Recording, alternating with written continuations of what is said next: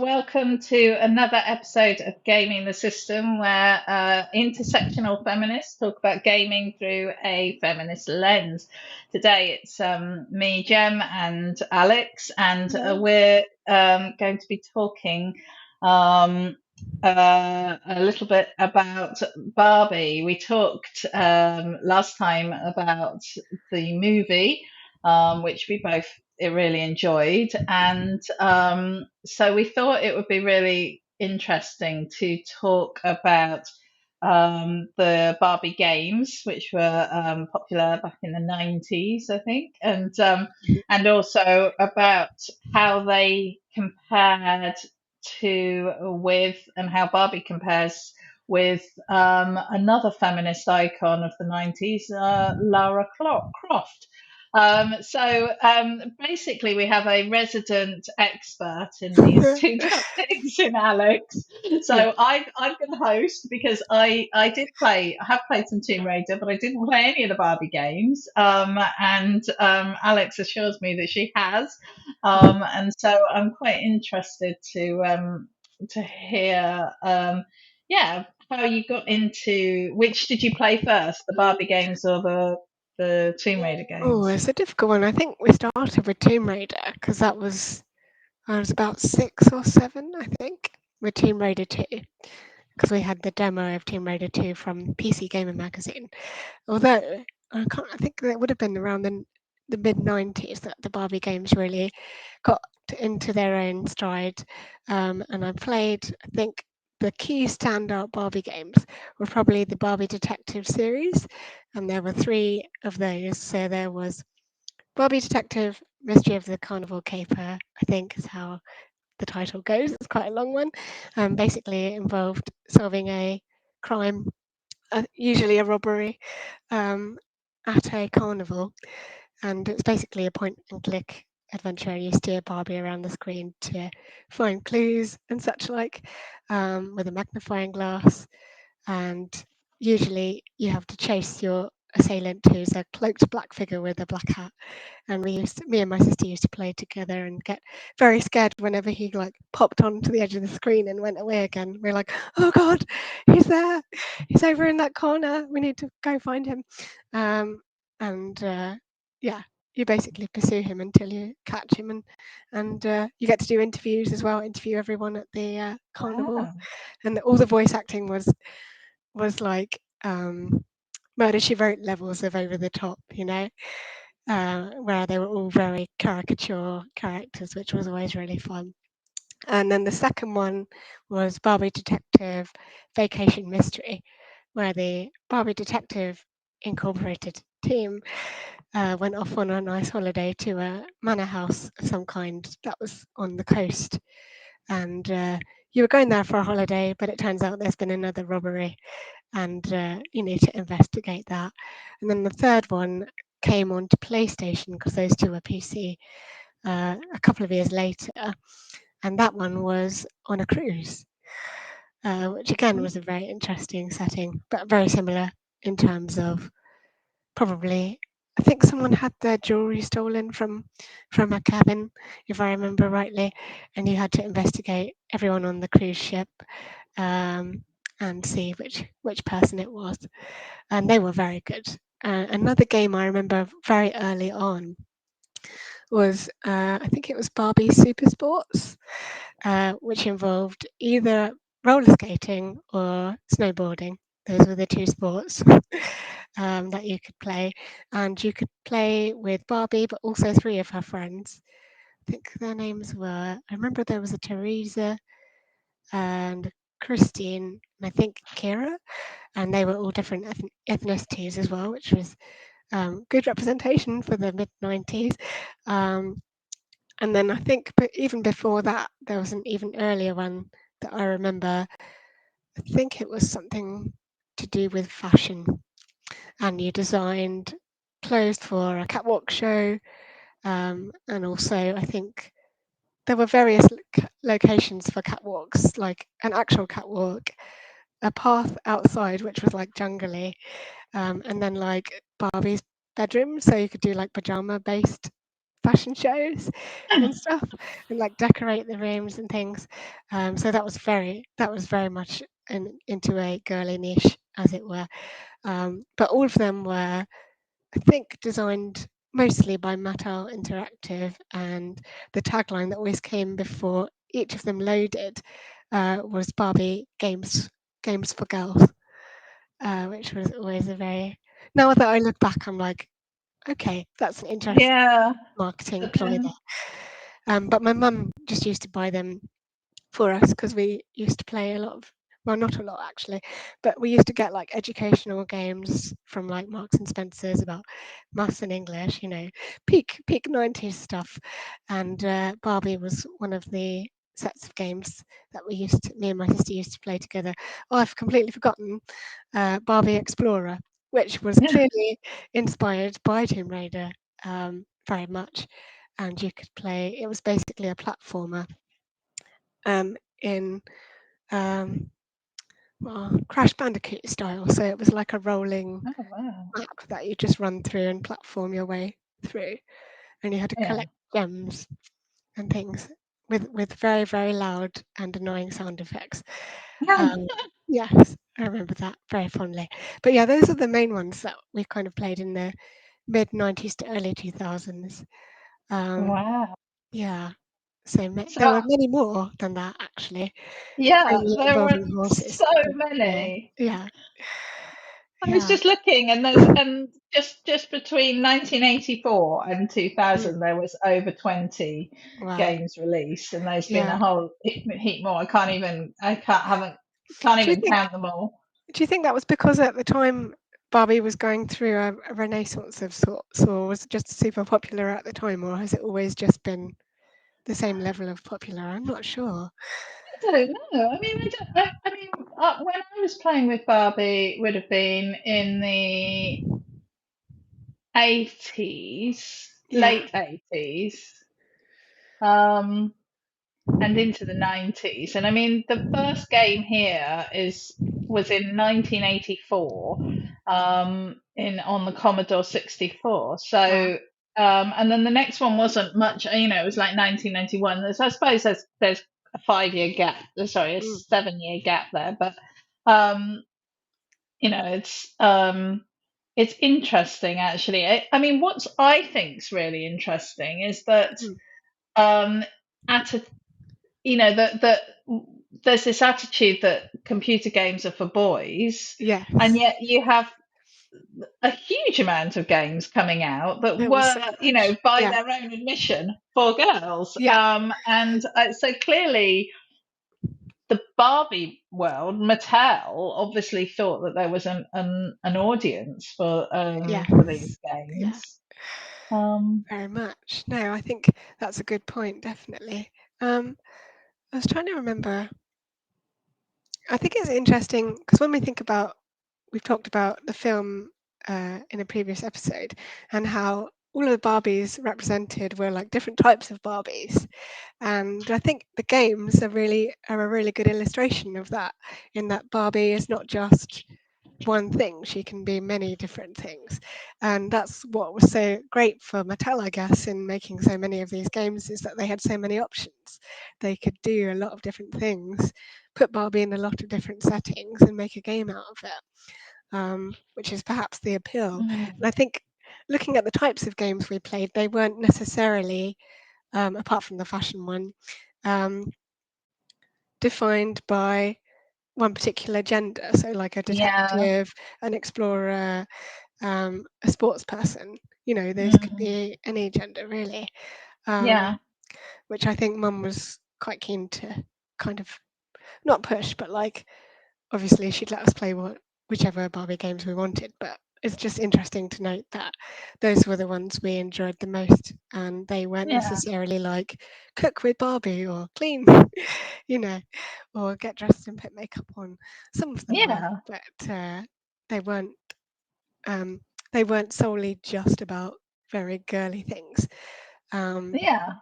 Yeah. So, yeah, she's off there doing having big adventures, and I think Yes. that was one of the things that was sort of in the film was this idea they all the Barbies in Barbieland believed that they were like a sort of feminist Mm. icon, and that they'd been helping to make the world better for girls and giving them more choices and stuff because they had all of these different types of Barbie. Yes. So it's interesting, isn't it, that we have this um, very equal style Barbie doing lots of cool stuff Mm. and going out there and doing things, and yet um, there's this very reductive attitude of what Barbie actually is. And Mm. I'm not sure, like, if I speak to people who played with Barbies as children, that they'll often say, oh, but my Barbie was having adventures, or my Barbie Yeah. was. Very few of the people that I speak to, and it might just be the people I associate with, but very few of the people that I speak to saw Barbie as this hyper um pink, hyper feminine, Yeah. hyper, fashion victim. There was that wasn't the Barbie that lived in our Mm. imaginations, which makes you wonder if this is if this idea of Barbie as sort of anti-feminist is actually more a making of the patriarchy. Mm. I'm getting a Yeah. little bit meta here, but Yeah. it just makes you wonder, doesn't it? Like, It does. was she? I mean, and I think that is what the film explores. I do think the film does explore a lot of that, and Yeah. I think it's interesting because the games that you're describing, I did not know there were this many games. It's amazing how many It's there are. Like crazy, even I and thought like yeah, that we'd played them all, but like no, there's many more. But yeah. yeah. Um, when I think about also the way that the games were designed, in that the way you play them is very much sort of about you interacting as much as possible, and it's very much putting you Mm, as the focus. Like quite often in a lot of the games, before you even start playing, you put your name in so Barbie can say it to you while you play. And I think yeah. that really engages the player and makes it kind of not just this is Barbie's thing, it's Barbie and me together, and we're doing it together. Yeah, and you've Um, got that that's connection. definitely how you would feel playing it. And it's so funny, you could go down this, you'd have a list of names that you could pick from. I think in some you could type it in, but usually it was like this database of names, and there were so many. We used to go through and listen to her say all of the different names because she'd say them in a very particular way. So she'd be like, Jem, Alex, like that. And you could quote it and it would sound exactly the same every time, obviously. But so there'd be like this weird pause after she'd say a name, and then she'd be like, I think we should go and talk to Becky or something like that. But there'd just be like where they'd programmed in all the different names. It was quite funny. But I do It's think it did amazing. make a concerted effort to break down the wall of the screen and kind of make sure the player was engaged and involved. But again, that might come from it being marketed at children primarily, perhaps. Mm, Whereas another game, which we'll come to talk about, Tomb Raider, was very much not marketed at children um, no. as well. But we can talk about that in a moment, I'm sure. Yeah. So before we go on to talk about Tomb Raider, do you feel that the Barbie games were empowering? I mean, did you feel empowered by them? Or I certainly enjoyed them, and I think, um, like I mentioned in a couple of times in lots of different episodes, but the second Barbie Detective, Vacation Mysteries, and I think probably the first one actually, featured Becky, the Barbie who was a wheelchair user. She had red hair, and she was kind of her skill was very good with tech, so she'd have her little computer, a laptop, and it would be called the crime computer, and you could go onto it and like analyze clues and like get all your recordings for interviews there. And Becky would come on like a video call and be like, oh, I think we need to check back in this location because of blah. um, but there was no like weirdness around the fact that she was in a chair. And I just think for me, as a wheelchair user, or at least not until it would have been not until like the late 90s to early 2000s, but to have that representation there before I became a proper wheelchair user, um, was just really nice to see. Because obviously I knew that I would need to start using a wheelchair at some point because of the way my disability impacted my mobility, and it was just good to see that kind of thing represented in a game, and for that character to be a key important character in progressing the story along a lot of the time, and a good Mm. friend of Barbie's as well, which was just really nice. Um, so yeah, I think in a lot of ways they were quite empowering games, even though some of them they were all very pink. A lot of the artwork was very pink, um, and they were relatively simple when we think about video games as a whole. They're not like groundbreakingly complex, because they're children's games. So a lot of them were just Mm. point and click Mm. or just very basic controls or platforming. But I think for me at the time they were very good games. Yeah. Mm. Do you think that we need an adult Barbie game? I mean, do you think there's Oh, a that could be a market there for one, I'd say. I don't know. I'm not sure what the story would be. Um, but I think there's probably space for one. I don't see why not. I don't see why not, especially now with the film and everything. Although yeah. that is to bring back capitalism, it might be seen as a bit of a money grab. But yeah, no, I think that's interesting. An interesting idea. If there was one, would you play it? I think it would depend what what it was Yeah, about, really. yeah, um, yeah, I mean, I think I would like to see, because I mean there are cartoons, aren't there, as yeah, well, yeah. in the sort of Barbie arsenal, and I think I would like to see. Uh, a Barbie game that had more depth to it than Mm, one that's aimed at sort of 10-year-olds. I yeah, think it would be interesting to see where that went. And I think it's interesting that the film, although I know that plenty of people took their little kids along to see it, it wasn't aimed at no, children. It no, was no, very much aimed at sort of teenagers and up. yeah, And I think, it was an interesting reframing and mm, repositioning of the Barbie character.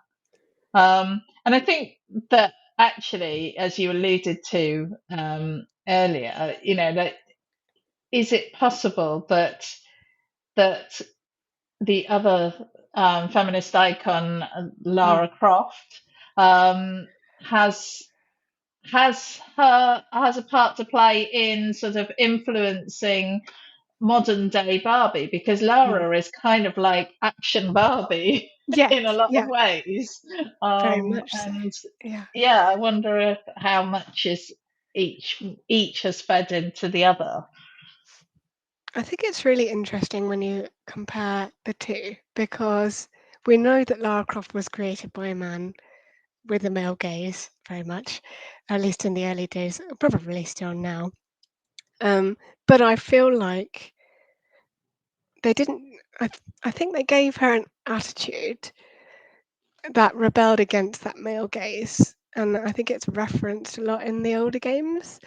Um, in the way that she speaks to other men in the games, not very often, but she does, and in the fact that I've mentioned it before, she doesn't take much shit.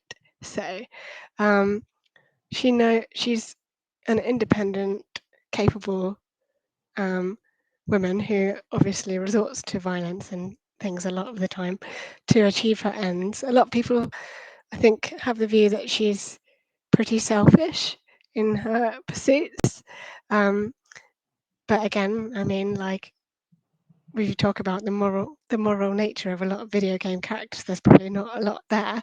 Um, but it's just interesting because the Barbie games were probably all designed by men as well.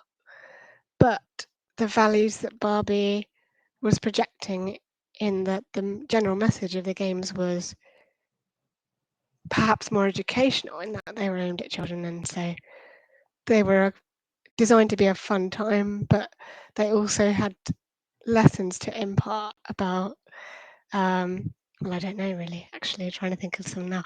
But yeah, I'm just trying to get it straight in my head about, because we know that Lara, the way that she's portrayed has changed over time with the more modern adaptations with the games, and the films, in fact. And I think we could definitely draw a comparison with the films as well when we think about the portrayals of Angelina Jolie, and I remember her surname, Vikinda. I can't remember her first name. No, this is terrible.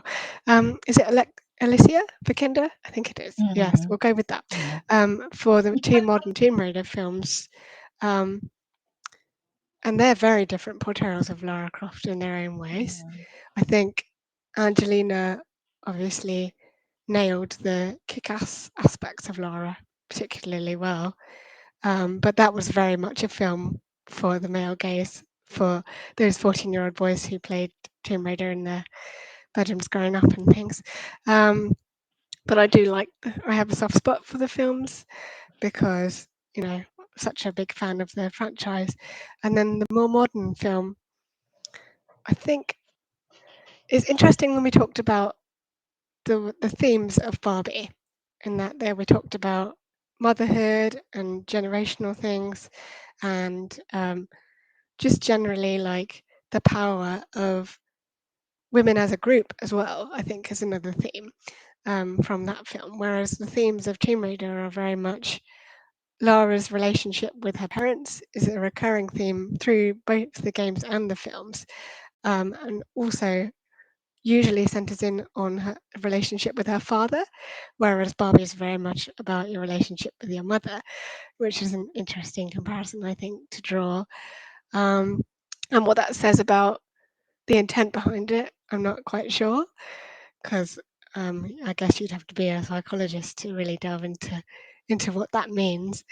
Um, but I just think it's really interesting the way that they're both those women are framed, um, and also the way that the more modern Tomb Raider games, Lara comes with this hero complex, which is a different thing to how she was portrayed in the older games, because she feels like everything's her fault and she needs to save everybody all the time, which is the thing that was mentioned in the speech in the Barbie film about how everything's our fault and we need to fix it all the time. mm, Um, mm, so there's this guilt running through the newer Tomb Raider games, which I think perhaps is a reflection of the way that a lot of women feel nowadays. Maybe, I mm. don't know. Maybe I'm clutching at straws, but No, do you have any I thoughts, think John? there's so much in that. I think there's a PhD in Yeah, looking at how those two for characters sure. interact, or what they say about our attitudes to women. I think that one of the things that came across in the film was, as you've said, about the speech about how we have to be Mm, everything to everyone. Barbie is everything mm, to everyone, and that's what makes her um, extremely um, compelling, mm. but also slightly threatening. I think to Yes. the status quo, because in a lot of ways, Barbie's roots lie in this idea of like the perfect woman, and how a woman should be.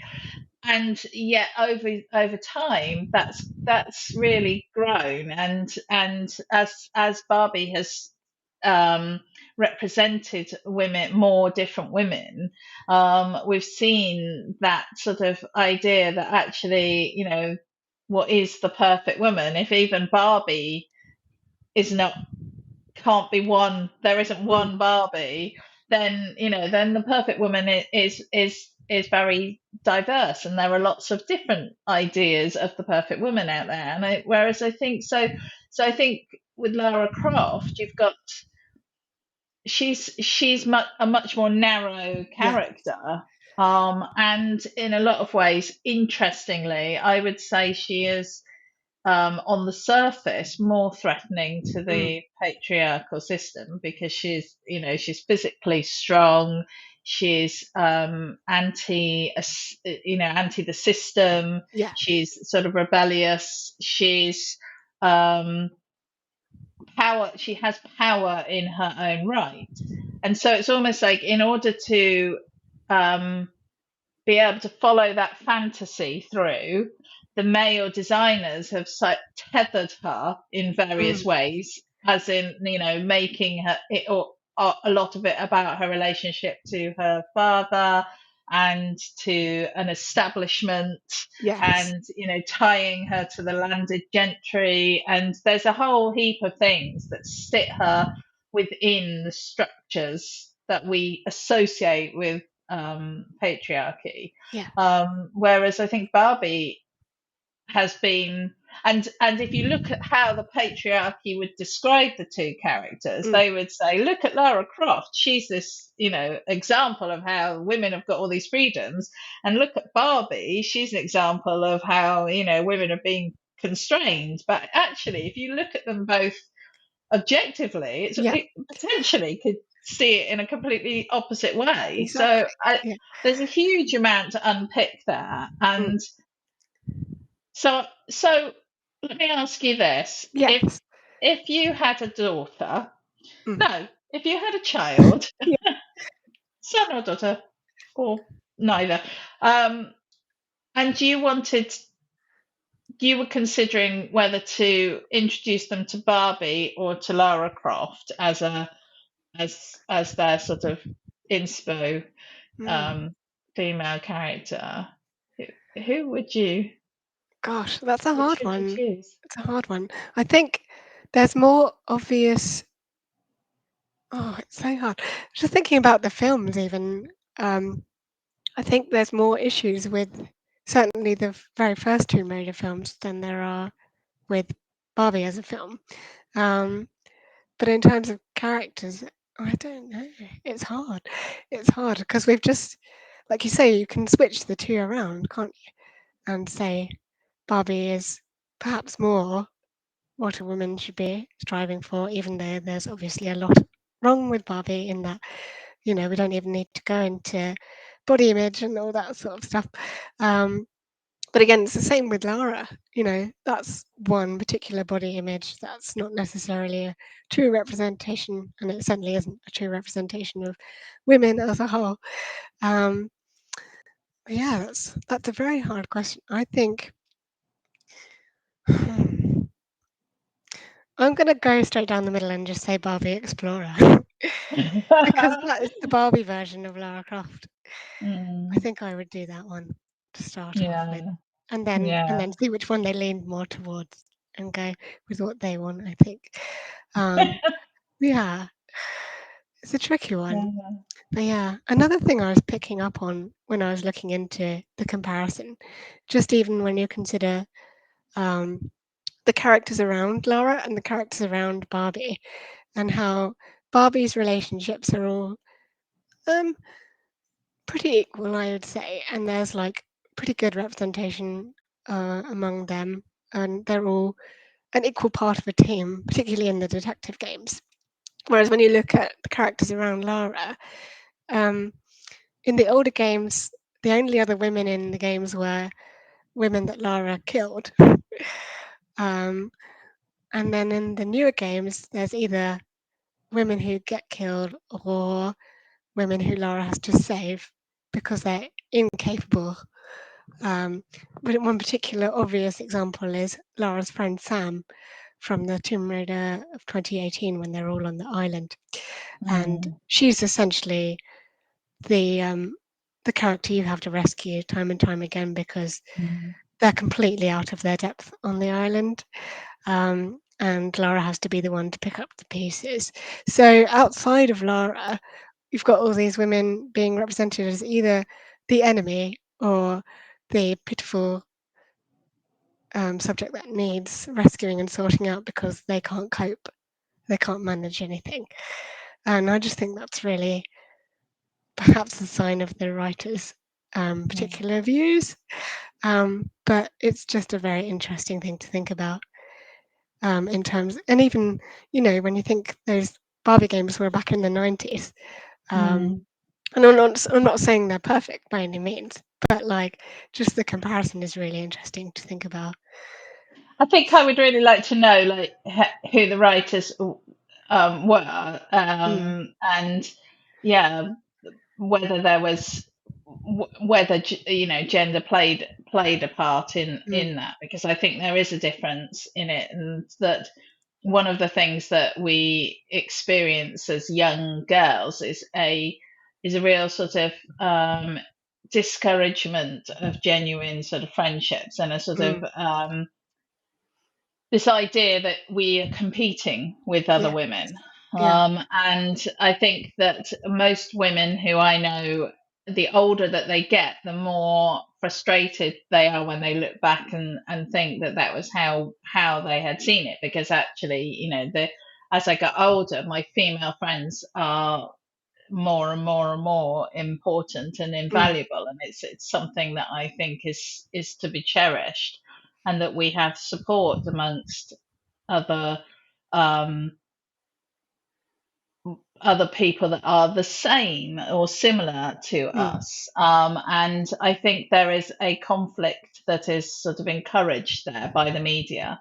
um, so it's interesting to think that that the Barbie stories tend to sort of encourage this female friendship, yes. and the Lara Croft one is she has female friends, but She's always very they're in the sort of, solitary, isn't she? Yeah, as a yeah, character. You she's don't think not, of her as having loads of friends. no, She's always sort of on her own a lot she's of the quite time. Yeah. isolated, and yet as such a resourceful person, Mm. you would think she would be, beating friends off really with a Yeah. with a big stick. So I think it's a an interesting juxtaposition. It would be Mm. interesting to know the genders of the people that Yeah. had written the stories. Mm. So Mm. yeah, well, I think that is enough for today on Mhm. Barbie. Is there anything that you would like to add, Not that I Alex, can think before we of, no. close I it? think we've had a great discussion though. Lots of extra Yeah. questions to go away and think about. But yeah. Yeah, yeah, lots to think about. We'd love to hear your views on the movie and the games, both Barbie and Lara Croft. And obviously, we would like you to like and share and subscribe to us wherever you get your podcasts. And we're very excited to be attending the Independent Podcast Awards Mhm. at the end of October, and we've been nominated in their gaming category. Yeah. So we're excited to see how we do at that, and we will of course keep you up to date with that news. And I think that leaves me to just say thank you for listening, and we're out every Thursday, so check us out, see what we've got to say, and we'll see you next time. Thank you. Goodbye. Bye.